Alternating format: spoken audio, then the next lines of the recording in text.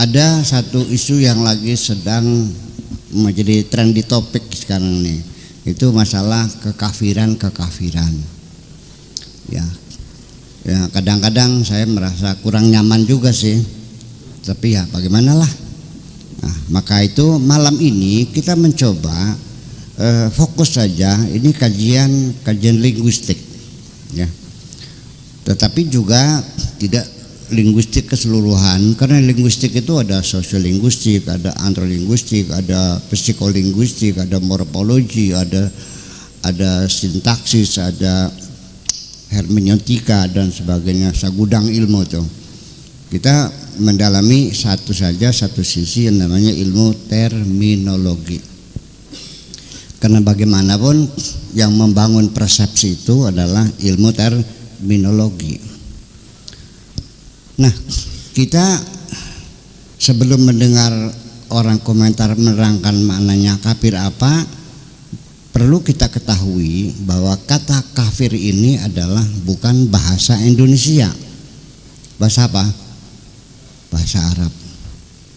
Jadi yang perlu kita waspadai ketika satu terma meminjam dari bahasa asing, ini biasanya itu tidak ditelusuri kosakatanya, akar katanya, konjugasinya, asal usulnya, apakah anak sah, apa anak jadah, anak-anak angkat, kan gitu, langsung diterima jadi. Nah, ini kita menghadapi masalah seperti umpamanya istilah-istilah agama, terutama masalah zuhud, masalah takwa, masalah sabar, masalah tawakal, itu semuanya nggak jelas, ya, definisinya nggak jelas, sehingga ada orang yang males cules, kata orang Cirebon nyambeler, disanjung, aduh sabar banget, gimana sabarnya? Tidak membedakan orang malas dengan orang sabar. Ketika ada orang bicara tawakal, anggapannya tawakal itu ajaran fatalisme, semacam itu. Nah, itulah makanya kemudian yang kedua, kadang-kadang di dalam persepsi mengenai istilah-istilah dalam agama Islam itu dibuat pada zaman, ya, keempat Hijri. Jadi sampai sekarang sudah 1000 tahun, di mana pengetahuan waktu itu belum dilengkapi dengan pengetahuan modern sekarang ini. Tidak ada dukungan ilmu pengetahuan dan sains dan teknologi. Jadi semuanya itu hanya persepsi pribadi masing-masing, sehingga kita uji kebenarannya ternyata ya menjadi berbeda. Pengen tahu salah satu yang paling populer, sholat. Apa definisi sholat? Sok dibaca di kitab apa namanya, di kitab kuningnya, as-sholatu apa tuh? Af'alun wa aqwalun muftatahatun bitakwir wa muhtatamatun bitaslim. Begitu ya? Itu saya juga pernah baca di kitabnya begitu. Maknanya bahwa sholat itu adalah pekerjaan-pekerjaan, perkataan-perkataan yang diawali dengan takbir dan diakhiri dengan salam. Itu namanya sholat. Sekarang ada orang naik mimbar, takbir, Allahu Akbar, terus muter-muter di panggung, saudara-saudara sekalian gitu kan, sambil muter-muter, terus wa akhirul kalam, wassalamualaikum warahmatullahi wabarakatuh. Salat bukan? Bukan. Iya kan? Itu menjadi hal semacam itu. Kemudian kalimat-kalimat yang paling sering diulang-ulang di setiap masjid, kalau khutbah itu tidak pernah beranjak istilahnya pesan takwa. Ini masjidnya masjid takwa. Nggak tahu ngerti nggak maknanya takwa nih? Nah itu dosananya. Nama mah takwa tapi nggak tahu mana takwa.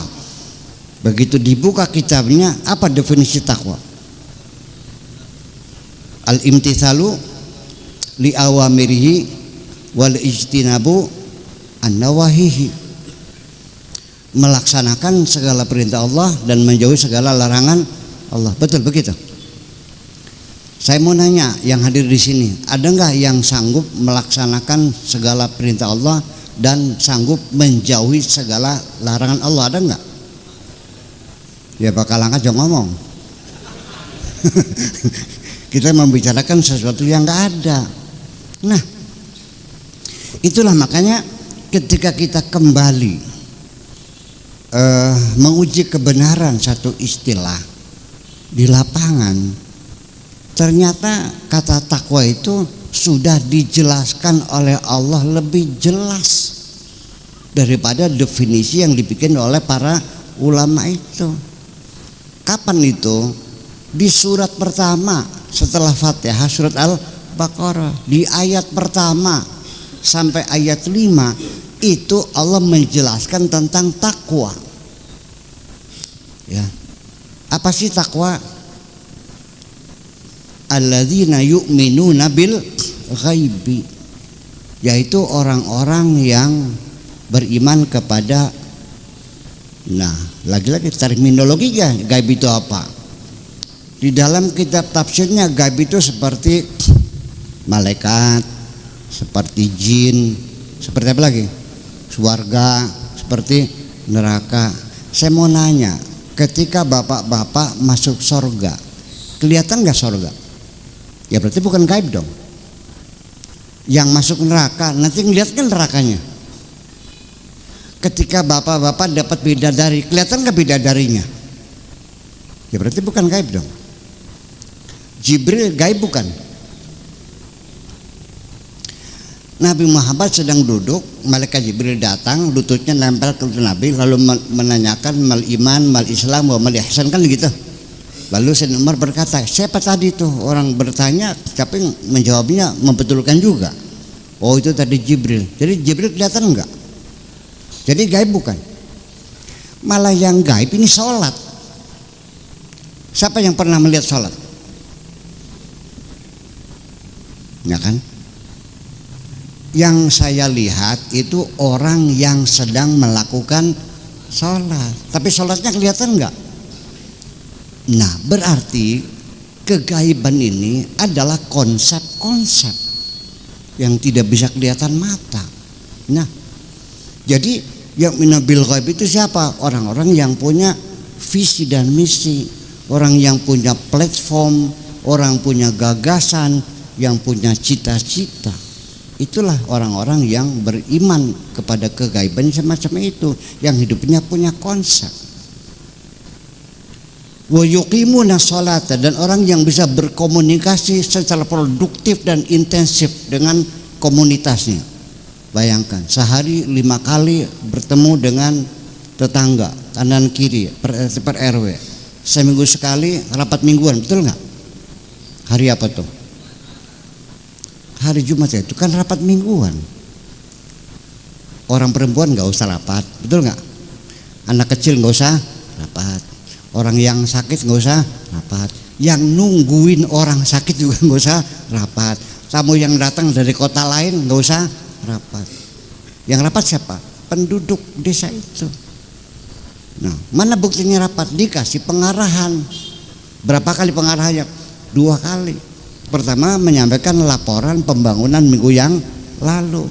Kemudian pidato yang keduanya menyampaikan program pembangunan minggu yang akan datang.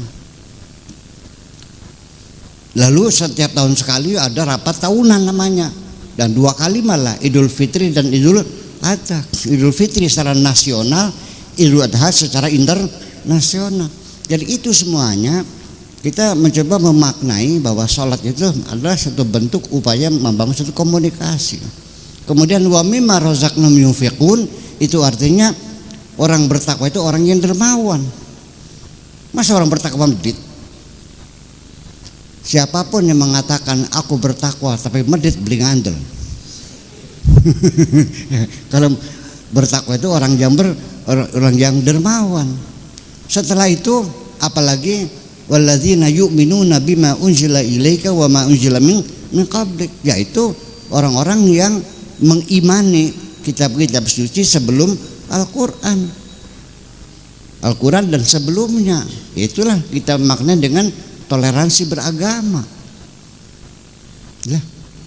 Wabil akhirati hum yuqinun, dan itu orang yang punya program jangka panjang sampai akhirat. Jelas mana definisi dari Allah dengan definisi dari kitab kuning?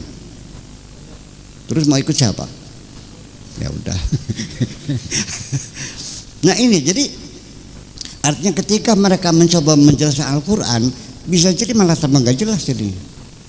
Nah itulah makanya untuk bahwasanya mendefinisikan sesuatu, biar kita kasih pengantar tentang makna definisi dulu, terminologi. Bahwa tidak mudah mendefinisikan sesuatu. Konsekuensinya ketika definisi itu tidak benar sehingga menimbulkan kesalahan persepsi, ini urusannya panjang. Siapapun orang yang persepsinya salah, pasti konsepsinya salah, betul? Kalau konsepsinya salah, konklusinya salah. Kalau konklusinya salah, kalau implementasinya salah, lalu aplikasinya salah. Awalnya salah, kesananya salah semua. Nggak mungkin dong. Yang awalnya benar saja belum tentu akhirnya salah kok. Belum tentu awalnya benar sampai akhir benar bisa salah. Apalagi itu konsep-konsep. Niat kita yang baik saja belum tentu sampai akhir niat kita benar baik kok. Percaya nggak? Kita menyimpang dulu. Ini bahwasanya bisa terjadi perampokan, pergeseran di tengah perjalanan sehingga niat kita yang baik akhirnya malah nggak baik. Dan kita tidak sadar di tengah perjalanan kita dirampok setan. Saya mau ngasih contoh sederhana aja dan sering saya contohkan tapi nggak ada masalah.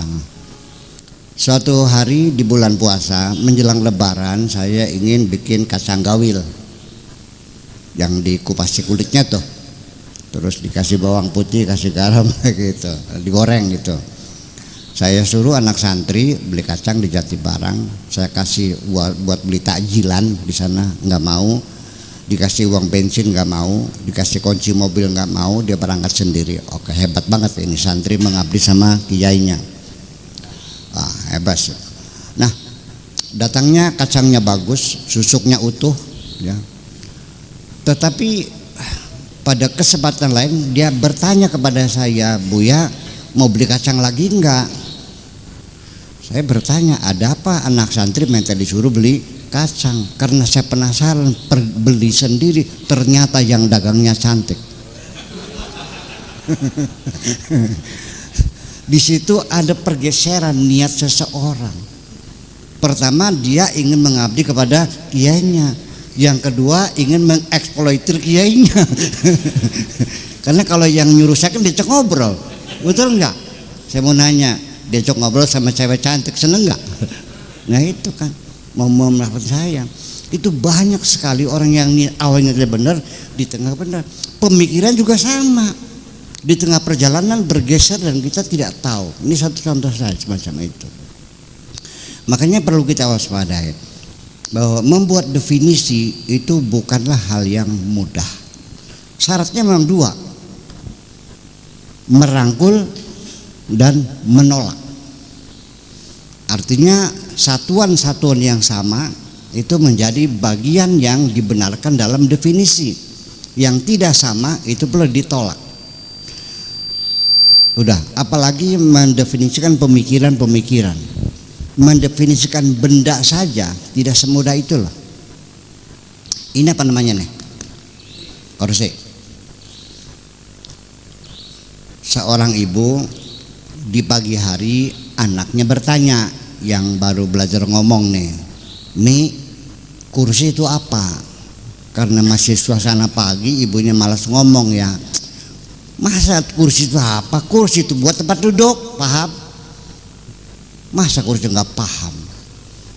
Oke, apa tadi bilangnya? Kursi itu tempat duduk. Di siang hari ibunya mencari gunting. Ingat waktu pagi dimainin sama anaknya tadi. Nah, mana gunting yang kamu mainin tuh? Oh, lupa di kursi Mi. Di mana kursinya? Yang di luar, di depan. Ibunya keluar rumah, nggak ada kursi. Di mana gunting? Di kursi. Di mana kursinya? Di depan. Nggak ada kursi. Akhirnya dijewer. Mana kursinya?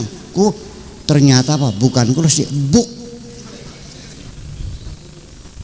Buk itu bangunan yang setengah meter gitu, biasanya di depan rumah buat nongkrong tuh. Yang salah ibunya apa anaknya? Ibunya. Nah, mengatakan tempat duduk adalah kursi. Anak itu melihat di situ banyak orang, berarti itu adalah, ya kan begitu persoalannya. Ini premis seperti itu. Ini logika berpikir seseorang. Oke. Rupanya saking kesalnya diulang lagi, dengerin. Kamu masa buk kursi? Dengerin nih. Kursi itu adalah perabotan rumah tangga. Paham? Paham. Yang dibuat dari kayu, paham? Paham. Berkaki 4, paham? Paham. Gunanya untuk duduk, paham? Paham. Sudah? Oke. Itulah definisinya perabotan rumah tangga yang dibuat dari kayu, berkaki 4, gunanya untuk duduk. Sore hari banyak tamu, kurang kursi. Anaknya disuruh ambil kursi yang di kamar. Masuk keluar lagi, nggak ada kursi. Numpuk, nggak ada. Jewer lagi, itu apa? Itu kan plastik. Ini sederhana tapi mudah-mudahan bisa jadi pengantar ya. Ya kan begitu. Malam harinya tamu makin banyak, suruh ngambil kursi di dapur, bilangnya nggak ada juga. Tarik, itu apa? Itu kan kakinya 3. Apa sebabnya? Karena tadi ibunya mendefinisikan berkaki, tidak semudah itu mendefinisikan, apalagi pemikiran. Dan terkadang sampai definisi itu, satu pemikiran konsep ketika definisikan itu berbeda-beda. Kenapa? Karena sudut pandang yang berbeda. Makanya saya harus memaklumi ketika ada orang berbeda pendapat, itu adalah hal yang wajar. Kenapa? Kita punya sudut pandang yang berbeda. Ini apa namanya? Botol aqua. Saya nanya, ada di sebelah mana? Barat. Saya mengatakan ada di sebelah timur. Bertentangan enggak? Bertentangan. Ini botol air, saya bilang ada di sebelah timur. Anda bilang apa?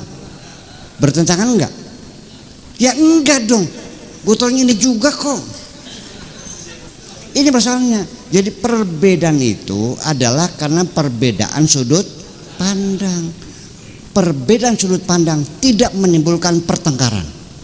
Apalagi saling bunuh-membunuh. Yang menyebabkan orang berkelahi, berantem, bermusuhan, saling bunuh, itu bukan perbedaan sudut pandang, tapi perbedaan kepentingan. Oke?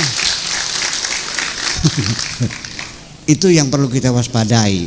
Nah, maka malam ini sama sekali tidak punya kepentingan apapun. Kita lagi mencoba bertanya kepada Allah yang menurunkan Al-Quran, dan Al-Quran menggunakan bahasa Arab. Nah, ternyata bagaimana Allah menggunakan kata kafir di dalam Al-Quran. Lalu setelah itu baru kita diskusikan bersama, supaya nanti jangan menyuruh saya untuk menyalahkan siapapun. Saya nggak mau menyalahkan siapapun. Ya, orang sudut pandang berbeda silakan. Yuk kita nanya, ini makna kafir kan simpang siur, ya kan? Kata ini begini, kata ini begini. Oke, kita dengarkan saja masing-masing beralasan. Kita mencoba, ya Allah, yang engkau maksudkan dengan kafir itu apa sebetulnya? Melalui firman-firman-Nya ini. Pertama, dalam surat At-Tahrim ayat 8. Bismillahirrahmanirrahim. Ya ayyuhalladzina amanu tubu ilallah. Wahai orang-orang beriman, bertobatlah kepada Allah. Ini perintah Allah kepada orang beriman, suruh bertobat. taubatan nasuha, dengan tobat yang benar-benar, bukan tobat sambal ya. Lalu asa rabbukum an yukaffira ankum sayyiatikum, semoga Tuhanmu mengkafirkan kesalahan-kesalahanmu, supaya Allah mengkafirkan dosa-dosa kamu. Tanda kutip ya, yukaffiru ankum sayyiatikum, mengkafirkan dosa-dosa kamu. Satu maknanya. Jadi Allah mengkafirkan dosa-dosa kamu. Kira-kira maknanya apa? Yukaffiru ankum sayyiatikum. Apa? Menghapus. Oke, apa lagi? Selain menghapus apa lagi? Nutup. Oke. Oh, ini kan udah mulai terasa kan? Masa satu. Kemudian di dalam hadis Nabi, mungkin kita sering dengar, mengatakan kadal faqru an yakuna kufran. Ini saya mendengar sendiri berulang-ulang penceramah ustadz di kampung, bukan di kota Cirebon, di kampung. Cirebon kan cerdas-cerdas dong. Kita umat Islam tidak boleh fakir, harus kaya, karena Nabi mengatakan kadal fakru an yakuna kufran. Fakir itu mendekati kekufuran. Jadi supaya kita selamat dunia akhirat, jangan sekali kamu jadi orang fakir. Kamu harus kaya, karena kafir dan kaya, kafir dan miskin itu sudah berdampingan. Waduh, bahaya banget ini. Oke, kalau itu mungkin seperti itu pernah dengar kan? Saya tidak akan menyalahkan dia, cuman boleh nggak bertanya? Kalau orang fakir mendekati kekufuran, kalau orang kaya jauh atau dekat? Udah? Tambah jauh atau tambah dekat? Saya mau jujurnya lagi, mana yang lebih dekat kekufuran, orang kaya atau orang fakir? Nah kan? Berarti apa kufur di sini? Ya bukan kufur tidak percaya Tuhan dong. Nah, artinya orang kalau sudah lapar, nggak tertahan sakit perut, itu terpaksa pisangnya orang dicuri loh. Betul nggak?